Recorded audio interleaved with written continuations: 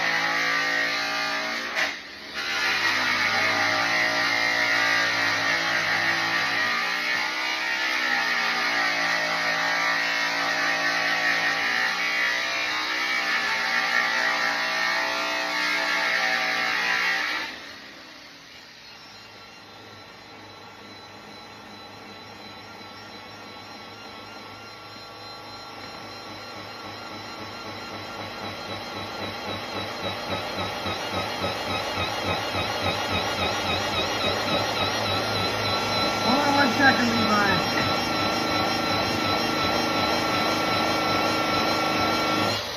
Give me 1 second. All right, so you guys just watched a work truck wheel. Now these guys weren't looking for this wheel to be perfect by any sense of the means or term, but I don't know if you caught it, but I was cutting twice. So the customer had thought they were doing me a favor. As most of you guys know, I don't like using acid on stuff. The customer thought that they should spray acid on it and get it clean before they brought it here, which ended up turning out that it dried the wheel out really bad. Of course, from the wheel drying out, now I had to cut it twice. So most of you guys will watch my how to polish a steer wheel video, and I cut it one time, I color it one time, I'm done. This wheel was actually in really nice shape underneath the dried out acid.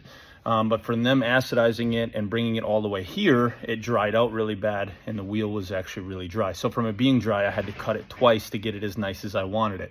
So just goes to show you again, I don't use acid because I feel like it dries everything out and it makes things worse.